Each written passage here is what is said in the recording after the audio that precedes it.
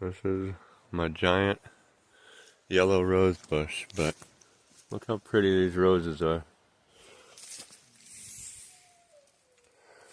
And it's about 8 feet tall, but there's going to be a ton of blooms on here.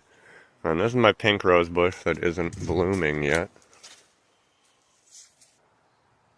So I got that giant yellow rose bush there, and then this is pink roses, but it doesn't look like any of them are blooming yet. That's as high as I can reach, and it's taller than that.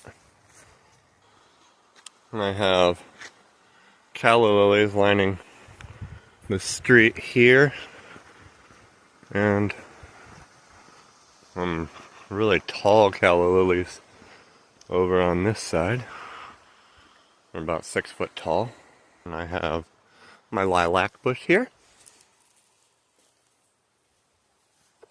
And behind it, the giant white rose bush that goes all the way around. Oh shit.